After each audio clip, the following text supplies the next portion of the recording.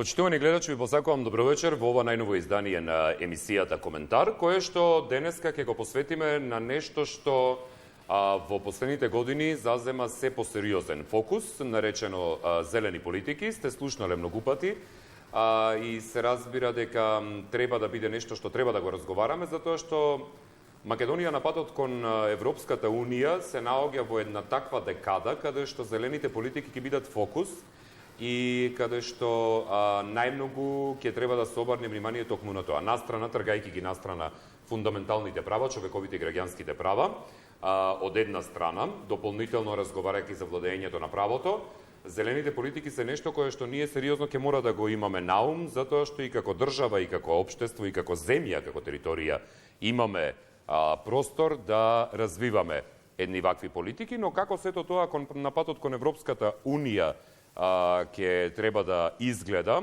и токму за зелените политики во Европската Унија и Европскиот парламент е нешто што разговараме со мојот денешен гостин, Томас Вајтс, кој што во објаснувањето кое ќе го даде за себе си и на веб страницата која што има и ни своето искуство како европарламентарец, ќе каже дека зеленото за него е единствената сериозна политичка сила заинтересирана за зачувување на мало земјоделство со сите неизини позитивни придобивки од животната средина, како и квалитетот на храната и за малите и за органските земјоделци, со оглед на тоа дека човекот и се има бавено во оваа форма на зелена политика, но и искуствата што ги носи низ политичките одлуки и дејствувања.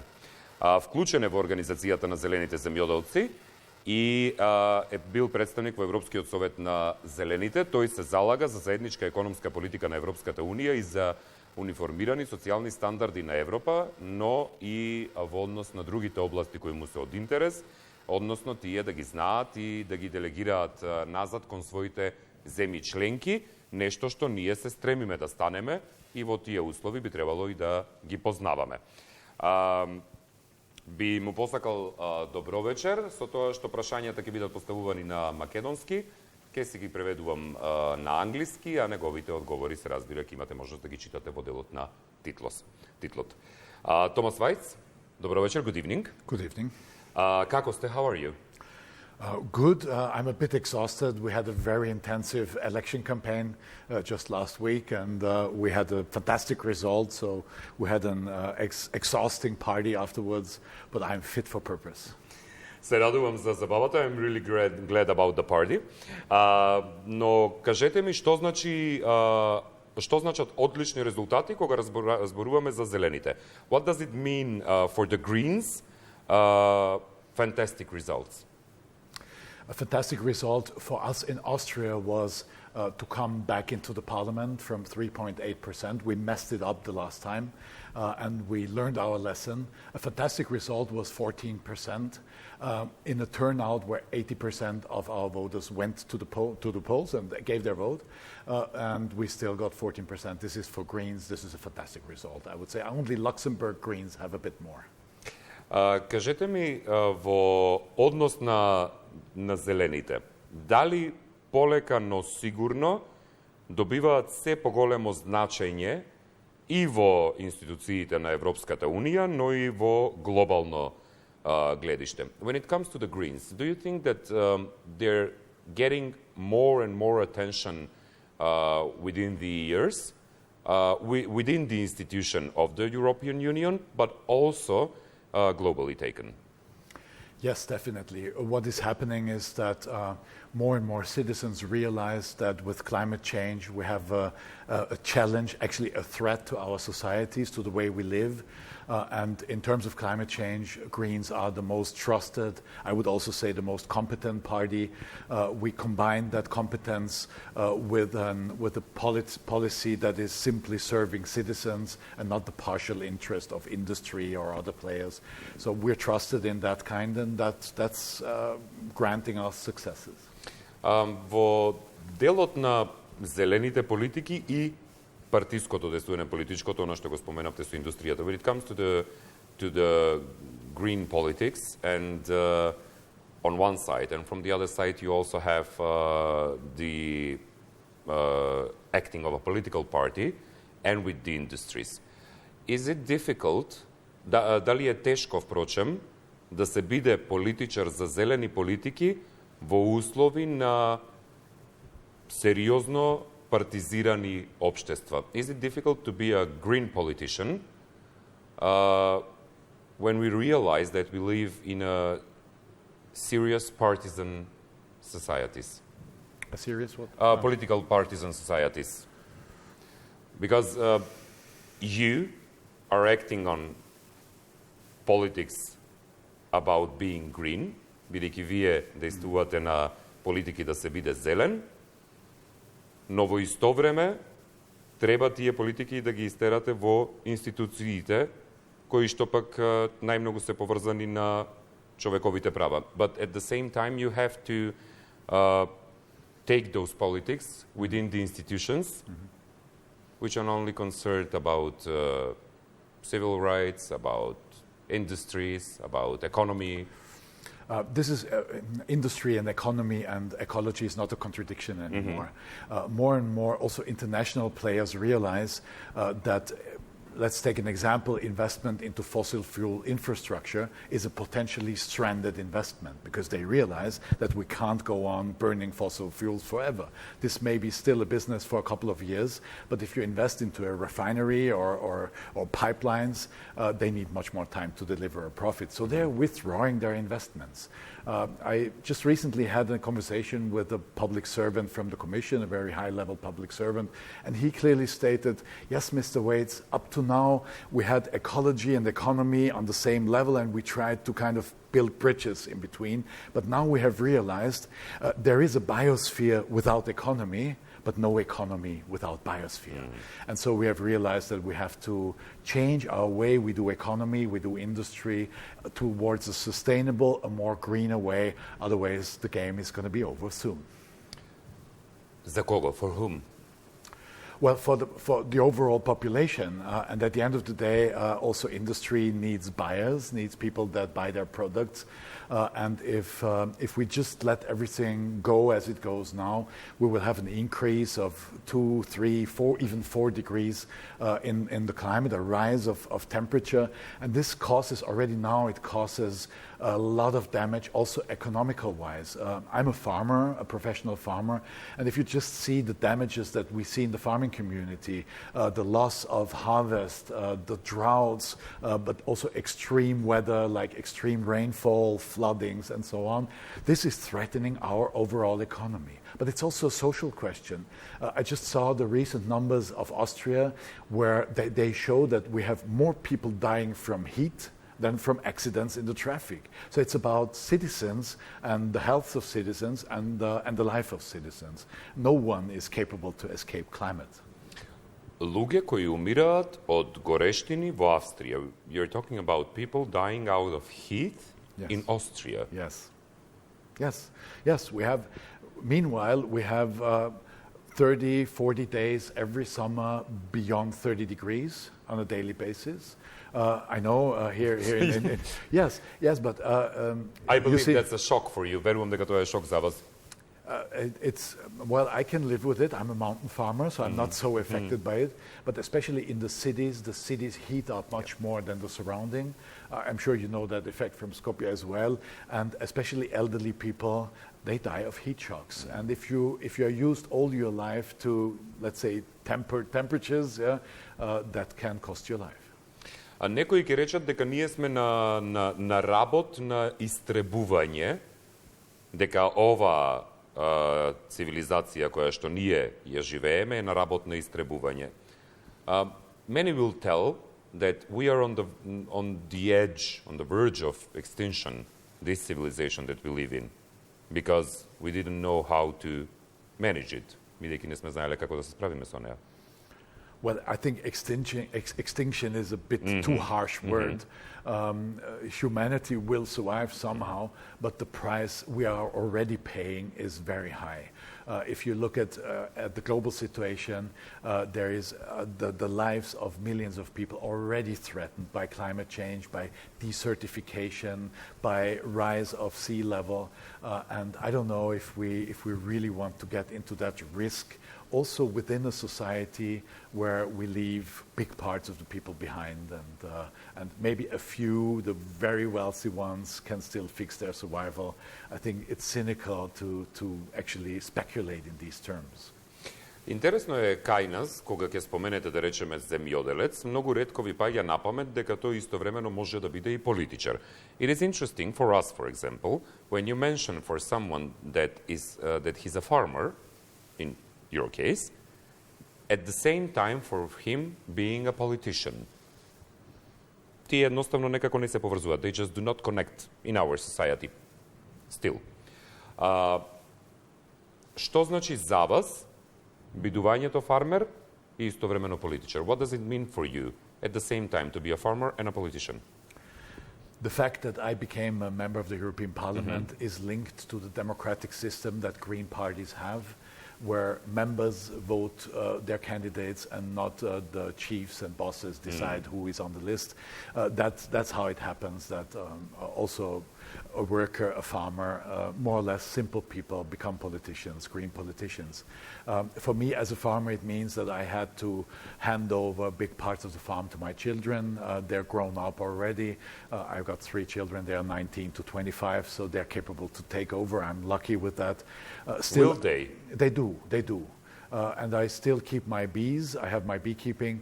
And I actually, for me, this is very important to balance, to have some real work, to have some physical work in between, to be able to concentrate on my bees and to kind of clear my mind, but also to stay in contact with, let's say, simple population.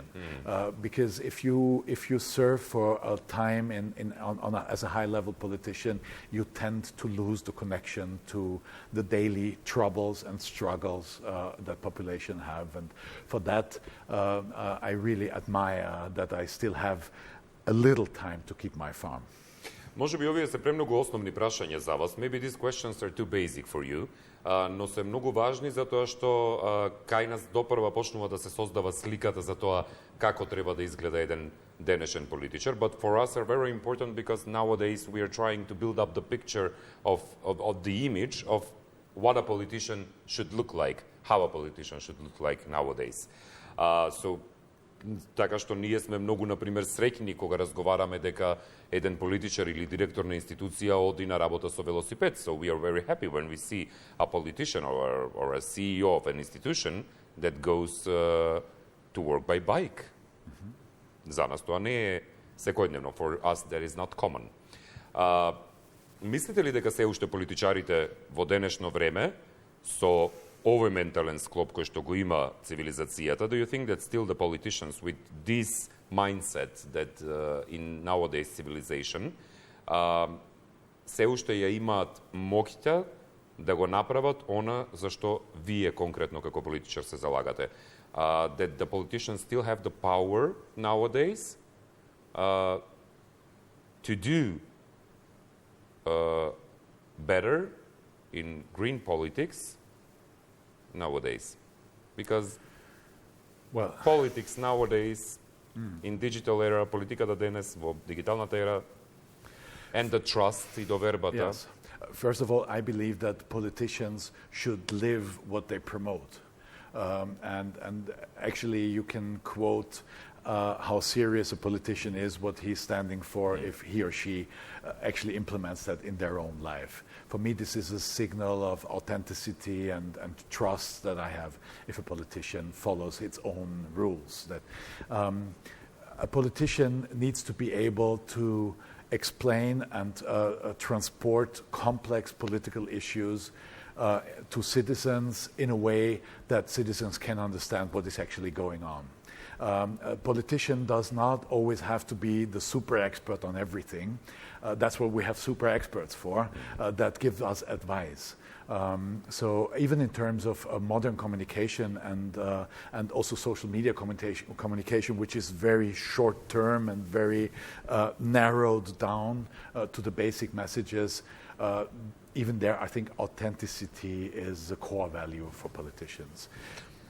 Во делот на зелените политики, кои што вие ги застапувате, when we talk about the green politics that you stand for, which are those? Кои се тие? The core ones, ядрените.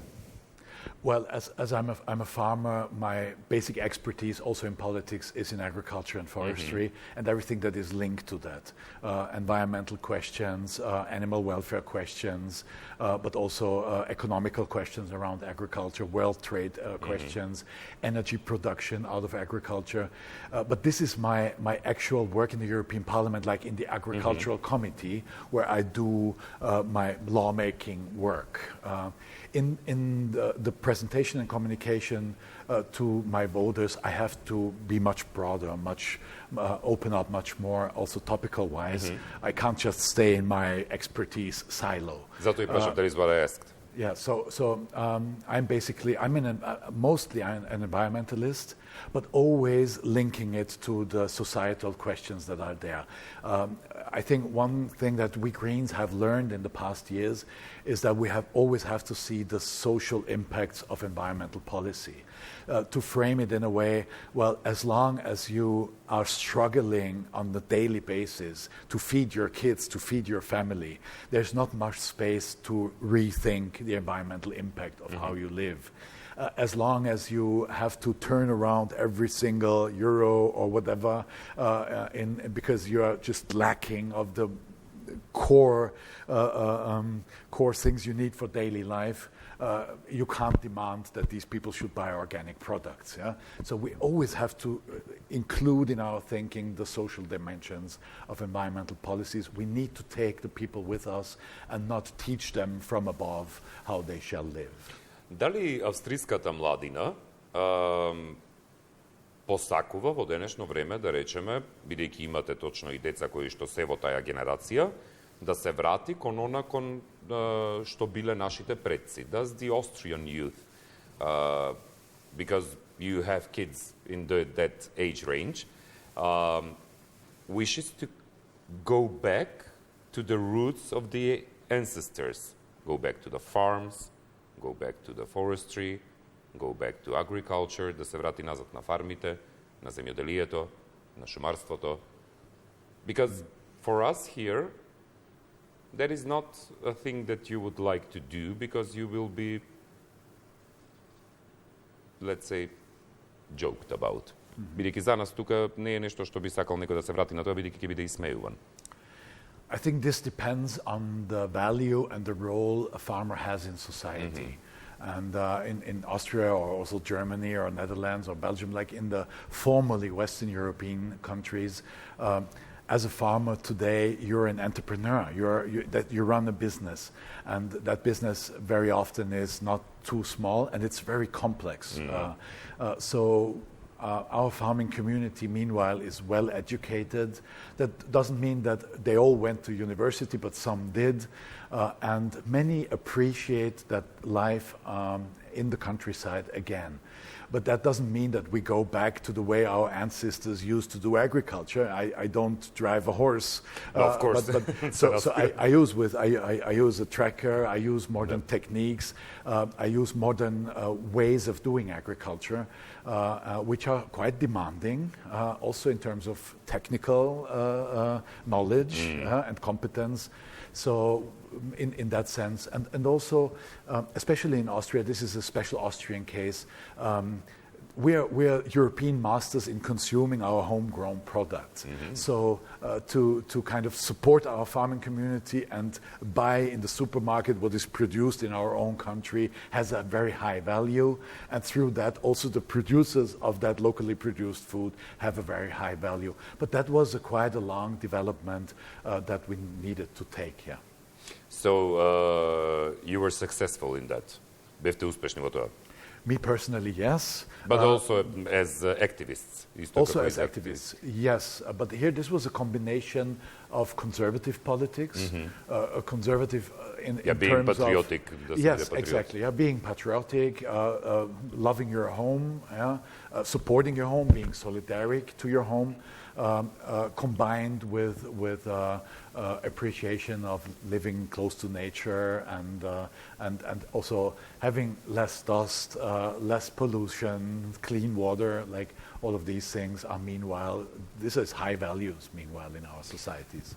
Кога зборуваме за вредностите на Европската Унија и она што Македонија ја очекува на патот кон неа, when we are talking about the values of the European Union and what Macedonia is expecting on the path towards the EU, што мислите што ќе биде клучно и дали можеби во текот на преговорите кои што се надевам ќе бидат отворени за 2 недели, what do you think that it will be crucial and maybe during the negotiations, which I really hope they will be opened in 2 weeks. What do you think about that? Што мислите за тоа? About the negotiations? I'm quite optimistic now. As far as I know, I just spoke recently to the new Finnish foreign minister, who is a green person, Pekka Haavisto, and he's pushing very much for launching a concrete date for the start of negotiations. Also, I can tell you that the European Parliament clearly stands in favor with the vast majority of opening negotiations as soon as possible. I was serving the last 2 years in 4 delegations, Kosovo, Bosnia, Serbia, and Montenegro, all accession states. I tell you that we think that North Macedonia is much more promising than, I don't want to name them, but the one or the other candidate I just mentioned. Okay. Благодарам. Thank you for that. So, дали мислите дека во текот на преговорите, зелените политики со оглед на декадата во која што ќе почнеме да живееме 2020, ќе се издигнат на многу повисоко ниво од она што се сега? Do you think that during those negotiations that we will be having with the EU in the decade that is coming 2020, that starts in 2020, the green politics will become much more important for the negotiations for Macedonia and EU as they are now? That green politics will be much more important for every negotiating country to enter the EU? Yes, clearly yes. Climate policy, meanwhile, has arrived in the center of the political arena. It's not only a green issue anymore. I was asked whether I'm not angry that the other parties now take over my climate issue. I said, no, I'm happy about that, because we need to deliver to citizens and not tell each other who is the more clever one. So I'm happy that many of the other political parties pick up climate policies as an urgency, as something we have to deliver. But are they prepared for that, those other political parties? Дали се подготвени тие за тоа другите политички партии? Well, sometimes not, but then they come to us and ask. No, that's what's happening. The European Parliament, especially, it works differently than many other political bodies. Usually, a national parliament has a government, has a coalition, and then if you're in opposition, you can control the government and be more clever than the government. But that was it. In the European Parliament, we don't elect a government because our Commission is placed there by member states. So the lawmaking process in the European Parliament is a compromising one. For every single negotiations, you have different majorities. For every single vote, you see other constellations of parties. So if I want to bring something through, let's say in terms of environmental policies, I need a network into the other parties. And there is people in Social Democrats, in Conservatives, even in right-wing parties, even in communist parties, that have realized that we need to deliver, as an example, on climate policies, and where I have my network. And then if I do my network right, if I do my negotiations right, if I talk to these people, then I can get a majority. Кои се нештата кои што сметате дека би биле клучни, дека Македонија би требала да ги направи на патот кон Европската Унија, а се однесува на зелените политики, односно на политиките за животната средина? What do you think will be the crucial things that Macedonia should get done on the path to EU, but when it comes to the environmental policies? When it comes to environmental policies? Yes. We will talk about the other politics after, if we have time. Ако имаме време, ќе зборуваме за другото. So it's the energy sector that's crucial. If I may, my suggestion for North Macedonia is to not repeat faults that some of the European states did. Like investing into coal energy, as an example, or like searching for easy solutions for waste management. As an example, waste incineration is a difficult topic. To just take the waste and burn it, for sure, is not a solution at all, because it's just creating more pollution at the end of the day. As an example, in Vienna, we even have a waste incineration, but first of all, we separate all the waste. Okay. Yeah? So there's paper here, there's glass here, there's plastic separate, there's metal separate, everything separate, and only the little tiny rest that stays is then burned in an incineration, which has top filters, so you can actually breathe the air that emits on the chimney. Okay. First of all. Second of all, we use all the energy that appears, so we use the heat to produce electricity, and we use the rest heat to heat houses. Yeah? So we have a system of delivering the heat to the houses. And if you follow all these rules, then even incineration can be a part of the solution, where the actual solution is circular economy, where we try to reduce the waste as such as much as possible. So the energy sector, investing into renewables, if you invest into new infrastructure, don't make the same faults that we did. Also, nature protection is an important issue. It's about biodiversity, but it's also about preserving the natural heritage for next generations. It has an overall societal use, but it also has an economical use. We see that the amazing sites that you also have in North Macedonia, if you develop a tourism well, in an eco-friendly way, not with one big hotel or one big hotel chain, but like many single family farms that host some foreigners, or small little pensions and hotels with some attractive offers to the tourists, like rafting, like hiking, like mountain biking, like paragliding. This is the tourism that is upcoming. This is the future of tourism, and you can only do it if you have natural heritage, if you have fantastic landscapes, and with that your country is blessed. And so this is also, I think, of crucial importance also for the accession to the European Union. Where does the European Union stand now when it comes to the environmental policies? Каде стои денес Европската унија кога станува збор за политиките за животната средина? We are decreasing investments into roads and increasing investments into public transport, because you can't just tell people leave your car at home if there's no alternative. Yeah? As long as you don't have a public transport, how shall you then get to work? So this is one point. Then reducing CO2 emissions. So get out of coal for energy production, change the combustion engines we have in cars to other energy sources. This can be electricity, but this can be also hydroxygen.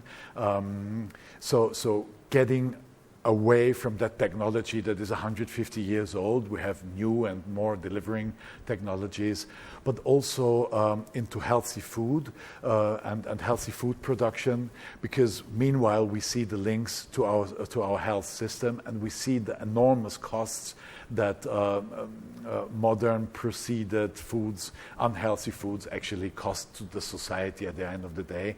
I would say this is the three strongholds, but it's a very big field, environmental policies. Air traffic. Yeah, imagine if I take a train from Vienna to Brussels, this costs double amount of money than if I take a plane. So if you do the environmental friendly way of traveling, you're punished with a double price. If you take the environmental unfriendly plane, you're granted by cheap tickets. Kerosene is not taxed at all. Every single other energy source is taxed highly, so this is an unfair competition. But also reducing subsidies into fossil fuel infrastructures. There's still 10 times more public money, taxpayers' money, going into subsidizing of fossil fuels than into helping renewables to build up. So redirecting taxpayers' money. Is that manageable for a country like us?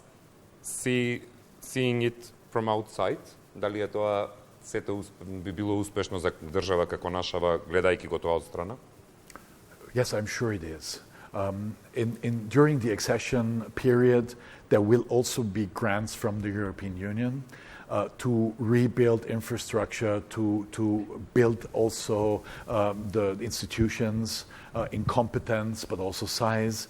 And this money is meant to build up, to become capable to join the European Union. And I'm very often in Austria, I'm also asked, why are we sending all our money to these people? I'm defending that very strongly. It's important that the richer countries just give us a share for the countries that still have to build up.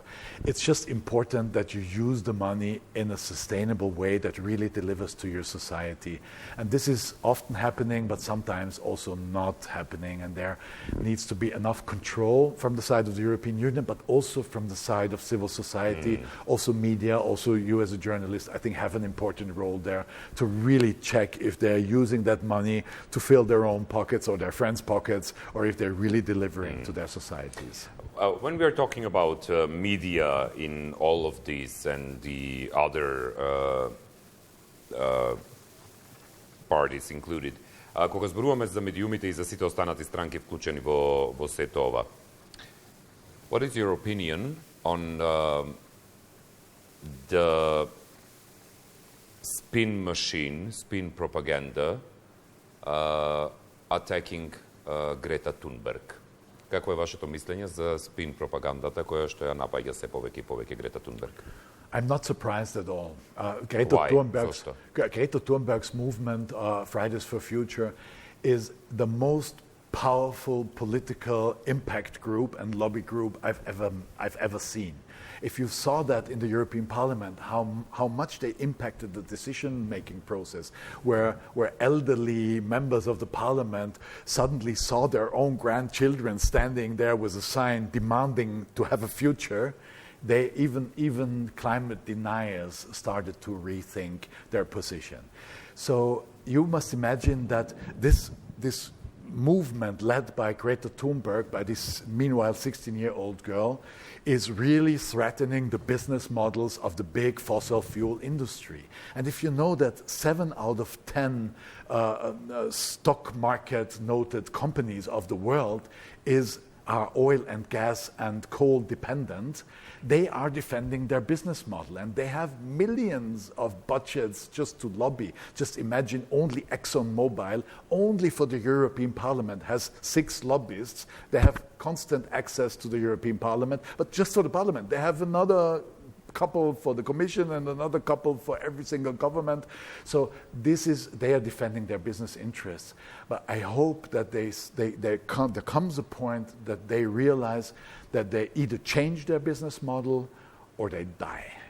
And under these circumstances, it's not surprising at all that they start real campaigns against the climate movement. И веќе кога зборуваме за климатското движење, when we are talking about the climate movement, во тој дел ме интересира дали со целата таа борба со пропагандата што е против и ги негира практично климатските промени,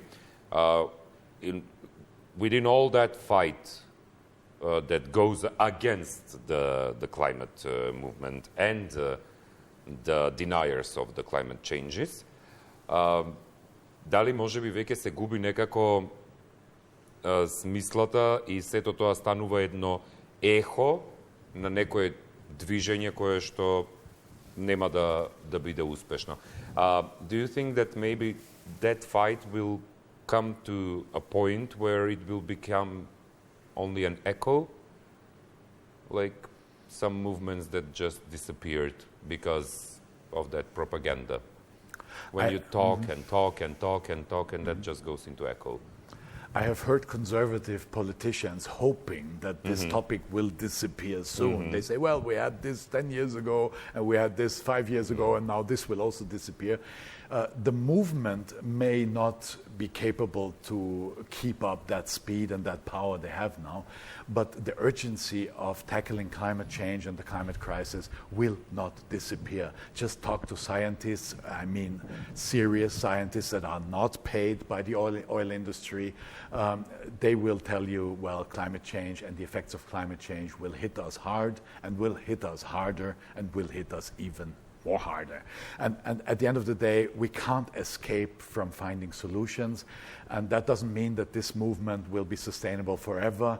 There will be the next movement and the next movement. You know, with every weather extreme, there's more people changing sides towards the climate movement. I worked in the Agricultural Committee in the European Parliament, which is one of the most conservative committees you can work in. And until spring 2018, there were climate deniers there. There were others that said, well, we will manage and it will go well. Okay, it gets a bit warmer, who cares? Yeah? After the drought in the summer 2018, where from north of Austria, across Germany, Belgium, Netherlands, up to Sweden, they were heavily affected. They had major losses. Imagine in Sweden they had to cull cattle because they couldn't feed them anymore. They had to transport drinking water in tank wagons because there's no ring tubes there, because they never needed ring tubes for drinking water because Sweden is full of water. Yeah? So they were feeling... I never heard of this. You can research. Yeah? So they were feeling the climate change in person, in their families, in their communities. And when I came back to the parliament after the summer 2018, suddenly we had a majority to rethink European agriculture policy under the light of climate effects. And we suddenly had a majority to focus also, not only, but also on the question how we can unite economical questions, questions of how to keep people in rural areas, maybe even world market questions, to align it with a sustainable, greener, climate-friendly way of doing agriculture. Do you think that maybe we stopped believing science because everyone became an expert on Facebook? Дали мислите дека престанавме да веруваме во науката затоа што едноставно сите станаа експерти на Facebook и истовремено сечи и кажан збор без никаква емпирија зад него е важен, исто колку и на научникот кој никако не може да добие простор во медиумите. And at the same time that everyone's word, even without an empiric experience behind it, is on the same level of acceptance as the scientists' one, even though the scientists cannot take media coverage for their doings. Yeah, this is a real danger. The first question... That we are becoming a little bit stupider than we were. Малку стануваме поглупави од што бевме. We are living in times of over-information. We actually expected, like 20 years ago, we thought, well, with the internet, everybody has access to every information and people will become super informed. The reality is, partly that happened, but the bigger part is that society is disinformed. You don't know which information is true anymore and which is just made up, or let's say changed in a way to give a different impression. Yeah? So it's even a mixture of lie and truth, just to create a certain impression. Yes. But what I see, what is promising is that especially young people that grew up with that, in that over-information system, come back with a very critical view on information, and they ask the right questions. Who wrote that? Which organization is behind that? Who is financing this organization? In whose interest are they speaking? How independent are they actually? So they're questioning. And you see also in the climate movement, especially with the young people, They know where to find real informations. And there's also more and more online platforms only based on that will to deliver substantial, scientifically proved information, and they are well received and perceived. So there's a counter movement as well, which I think is quite promising. Имате ли проблеми во Австрија со лажните вести, бидејќи ги споменавте? Do you have a lot of problems with the fake news in Austria? Because you already mentioned them. Yeah. But we have these problems too, but Austria is a very educated society, and I see the more educated people are, the more capable they are to ask the right questions and to critically look behind the curtains. So it's a question of education, and this is a crucial point for our societies where we have to invest a lot more than we do now. And this counts, I think, for formerly Western European countries as well as for all our European family. Education of your society is key, not only for job opportunities, but also for your society to be capable to critically ask the right questions. Во тој поглед ме интересира дали сметате дека можеби доколку се претерува со, бидејќи на почетокот ве прашав за исчезнувањето на цивилизацијата и рековте дека тоа е можеби претерано. At the beginning I asked you about the extinction of the civilization and you've said that that is a little bit over-exaggerated. Дали мислите дека можеби со претерувањето од страна на написи од страна на одредени активисти за животна средина може да се постигне контраефект во делот на привлекувањето што повеќе луѓе во самиот активизам? Do you think that by over-exaggerating in a terminology, in the wording of the activism when it comes to environmental policies, that it can become to some sort of a counter effect to have more activists coming to you? I think it depends if you're an activist or a politician. If a politician uses extinction, I would say he's a populist.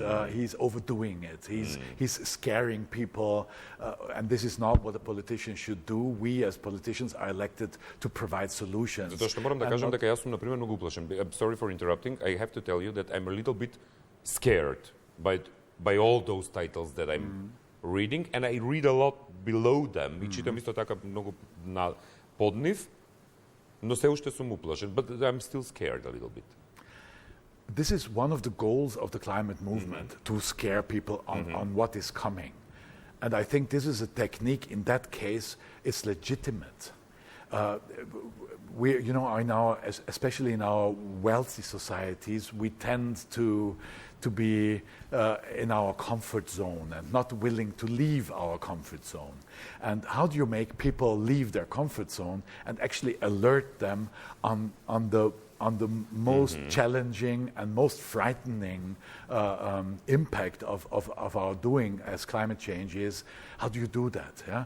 So I think on the side of the activism, I welcome that they show what is on the run, what we have to expect, and that people get kind of uncomfortable with that.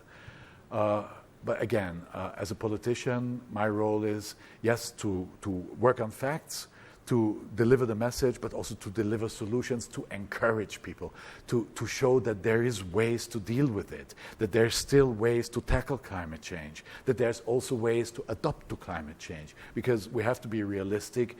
We are not going to prevent climate change to happen. It has happened already. We have the effects, we have the damages, and if you know that climate gases, some of the effects take 20 years to come. So even if we would stop CO2 emissions immediately, globally, which is completely unrealistic, but even if, we would still face the impacts of the last 20 years of emissions. So climate change is something that is happening. We can just lower the impacts. We can keep it maybe below 2 degrees. And this is already maybe. But we also have to, as politicians, also have to see that we have to adapt to climate change. So adopt our societies, our cities, our water supply, our agriculture in terms of food supply. We have to adapt to the changes that come. And for that, it's important to open the eyes of people on what is coming, and to not let them kind of shy away in their own private comfort zone. Okay. We will take a break for commercials and we will come back. Ќе направиме една кратка пауза за реклами, па ќе се вратиме уште кратко со разговорот. Назад во студиото разговараме со Томас Вајтс, токму на прашања кои што се особено важни во денешно време и кои постојано ги слушате, но е многу важно и точно и да ги разбирате, да ги разбираме, затоа што точно и пред рекламите и му споделив на гостинот дека од одредени наслови дури вистина и јас се чувствувам уплашен во однос на тоа каде не водат климатските промени, но фини така зборови на спокој упати. Не многу, но да. I was just telling our viewers that before the commercials I shared that I'm a little bit scared, but at the same time that you shared some words calming me, but not totally. Still. Сепак, во секој случај, дали со климатските промени кои што ќе ни се случат, Европската Унија и Австрија, но и Европската Унија има свој план за можноста од климатски мигранти, односно климатски бегалци. Does the European Union and Austria as well, but the European Union has any plans because of the climate changes, and there are some real scenarios that we will be flooded in a way with climate migrants and climate begalci. Yeah, anyway, I will think of the word. Climate migrants. Refugees. Refugees. Yes. Thank you very much for translating me. Thank you. Yes, we see that already now. Many of the wars and civil wars we've seen the last years have a strong climate-related reasoning. As an example, let's take Nigeria. The so-called Boko Haram fight against the so-called Christian farmers is also related to climate change. It's a battle for land. It's more in the north. This is cattle owners. They're breeders. They live as nomads mostly from their animals. And due to the desertification of the Sahara that is growing and growing and growing, they lose the land for their cattle. So they're moving south and south and south. In the south, where the arable land is, there is the so-called Christian crop farmers. And the conflict, actually, the actual conflict is on land. And this is kind of fueled and made up and built up as a religious conflict.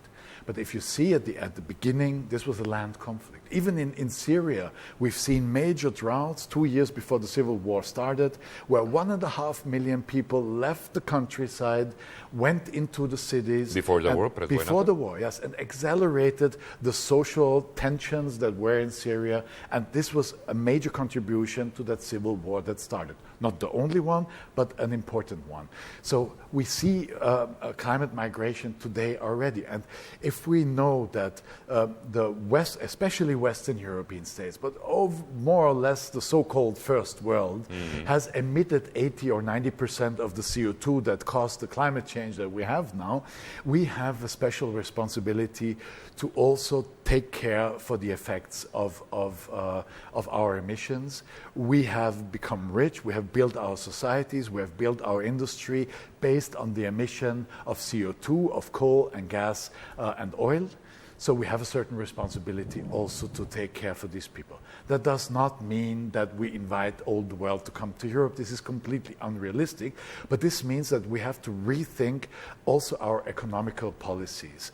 We are heavily, again, subsidizing the agricultural sector as an example, and flooding African markets with cheap European products that can only be that cheap because we subsidize it with taxpayers' money.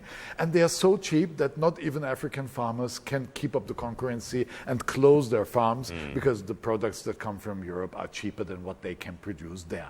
It's just one example. Or that we actually only extract raw materials from countries like Congo and extract them to Europe. Here we have the industrial production, which we then sell back to the African countries, which they can't afford. So we give them loans with big interest rates, which they can't pay back. So we give them some rules they have to follow. They have to let European products toll-free into their countries. This is a condition for loans, for release of loans. And with these conditions, we destroy their own industry, their own workplaces, and so on. So we really have to question also our economical model, where we fuel poverty, we produce poverty, and change it towards a system where we allow people to stay in the country of origin. I would say 98% of all citizens of this global planet would prefer to stay in their home countries, as we all love our homes and we all try to make a living in our homes. And I think this is where we have to look into.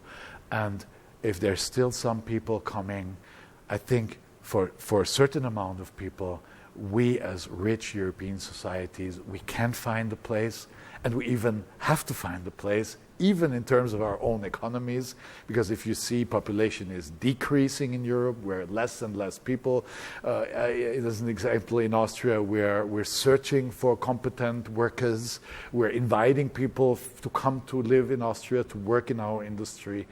So even our European society needs a certain influx of young people from abroad. So we are capable to also allow parts of these people to enter Europe and become parts of our European society. Yeah, but that is when it comes to the expected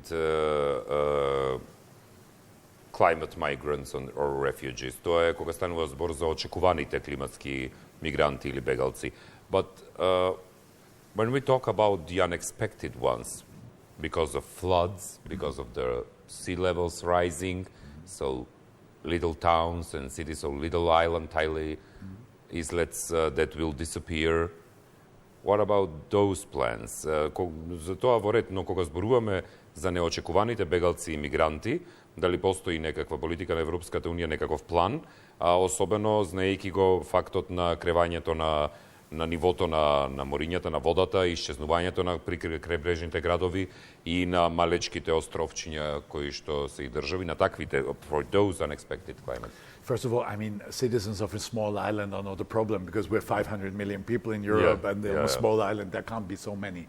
The bigger problem is if we don't stop climate change, we will have a serious problem with megacities that are next to the sea and across the globe. And countries, And countries, yes, as Bangladesh or Netherlands. So we will have the problem within Europe as well. We will see migration within Europe if we don't stop that madness.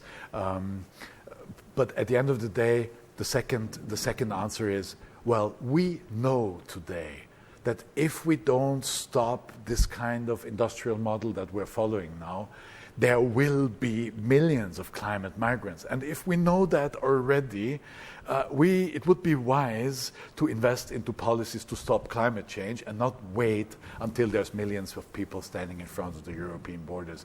This is a policy that is sustainable, but this is also a policy that is humane.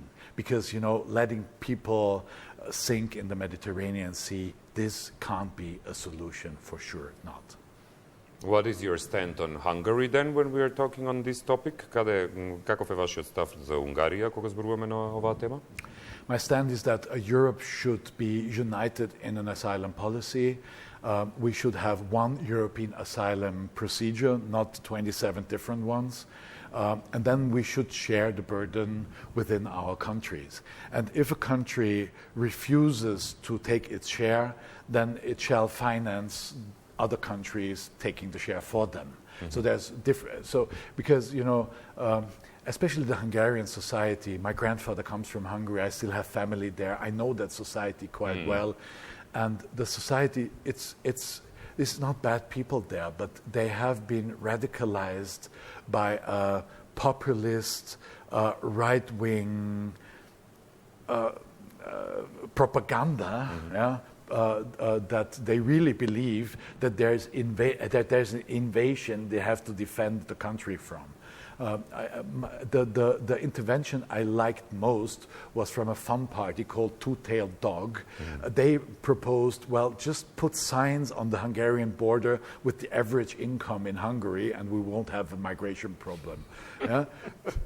So, I mean, building fences is not a solution. But if a society, and you have to respect democracy, if a society refuses to invite a small number of migrants or asylum seekers, then we have to find other ways to make that country part of a European solution. And at the end of the day, Hungary is sustaining 4% of its overall GDP, of its overall economical turnout from subsidies that come from European Union and investments that come from European Union. And I think that's cynical. You can't take the money and not take the common responsibility. And maybe if a country like Hungary refuses to take part in a common asylum policy in any way, then we have to decrease the amount of money that we share with that country because, solidarity is not a one-way road. We have like 7 to 8 minutes still. Имаме се уште 7-8 минути. As a beekeeper, are you concerned, or is that also an over-exaggeration of the bee extinction? Дали сте загрижени како одгледуваш на пчели, дали сте загрижени за исчезнувањето на пчелите или пак и тоа го сметате за малку претерана изјава? It's a fact that our bees are under threat from different sides. Parasites like the varroa spider, climate change, but a lot through pesticides, but also through a loss of biodiversity.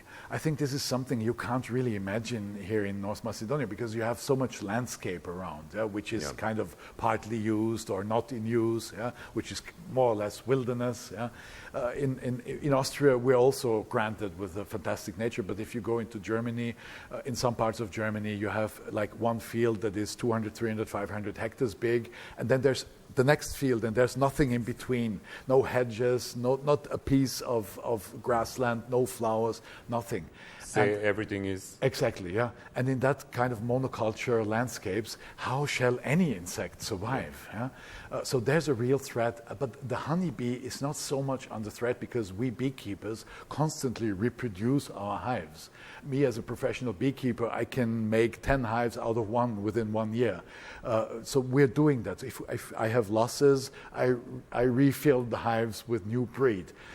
This is what natural bees can't do, and this is where we have the real problem. The extinction of humble bees and wild bees, this is a major issue, and we need bees, and especially wild bees and humble bees, for the impollination of our agricultural goods. They are a major part of the food production chain. And what happens if you have no bees anymore? You can see in China, their workers are pollinating every single flower on a tree. Don't ask how much they earn per hour. I don't want us to go down that road. We know where the threats come from. We also know how to produce on a very high level with high yields, with low pesticide input. We know how to organize a diverse landscape. Also in a modern way, also with modern techniques, modern machinery. We know how it works. There's a lot of examples. There's no need to destroy biodiversity. We can do much better there. Дали ќе преживееме? Are we going to survive? Yes, we are going to survive. The question is just how many of us. The question is just who do we leave behind? And the question is, are only the wealthy ones surviving, or do also the ones that are less wealthy or even poor have a chance for not only survival, but for a life in dignity, where at least the basic needs of daily life are covered? I think this should be our goal, also from the perspective of the wealthy states. Едно прашање за крај, дали го имате гледано филмот, македонскиот филм Honeyland, about at the end, have you seen the Macedonian movie Honeyland? No. You should. Okay. Би требало. Го имате овој период, овие денови во кината низ Македонија. You have screenings of the movie in the cinemas in Macedonia, if you have time about that. If you don't, look for it and watch it. Тоа е приказна токму за пчелите, без разлика на тоа што е наградувана на сите светски фестивали за документаристика, но тоа е приказна токму за пчелите кој и за начинот на одгледување кај нас, која што мислам дека вистина ќе ве интересира. It's about the story. We will leave aside all the awards globally as one of the best documentaries made during this year. But it's a story about the bees in Macedonia and how are they raised. So I think that you will be interested. I have a good friend on Prespa Lake. He's a beekeeper as well.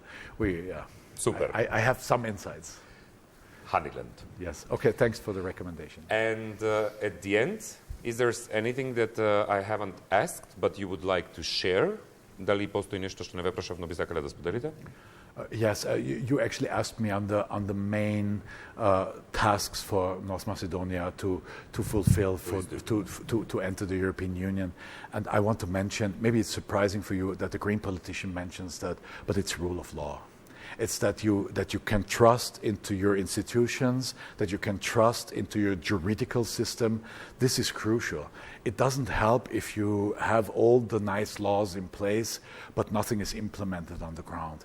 And this is unfortunately something I see in several accession states. And this is also something we had with the accession as example of Romania and Bulgaria. They, from our now perspective, I would say they were not fit to enter the European Union. They had theoretically all the nice laws in place, but they were not implemented on the ground. And if you don't manage to tackle corruption, if you don't manage to give citizens a security that they can rely on their state, then you will prevent a positive development in your society. And in all my work on the Western Balkan countries, I must say, and also linked to environment. Yeah, you can have super nice environmental laws. If they're not implemented, it's not helping the citizens, it's not helping the environment, and at the end of the day, it's not bringing you into the European Union. Because there's guys like me who don't care whether the law is in place, but I go there and have a look whether it's really implemented. And if it's not, I'm telling others about it. So the rule of law is a really, really crucial thing and demand and task. I would recommend to have a look at that very deeply. Thank you very much on that suggestion. Ви благодарам многу за тој совет и искрено ви се заблагодарувам за ова одвоено време и за гостувањето и за се она што споделивте, што сметам на вистина дека ќе стане важно во следната декада. Thank you very much for the time being here and for the acceptance of the interview, and also thank you for all these suggestions and all the concerns about politics that I really think that they will be crucial within the next decade. I was here for a climate conference with Democratic Option of Macedonia, and they shared my time with you. They recommended me to come here, and I'm glad they did. Thank you for that interview. Thank you very much. Почитувани гледачи, вам ви се заблагодарувам за вниманието со кое што не следевте и во ова издание на емисијата Коментар и оваа вечер.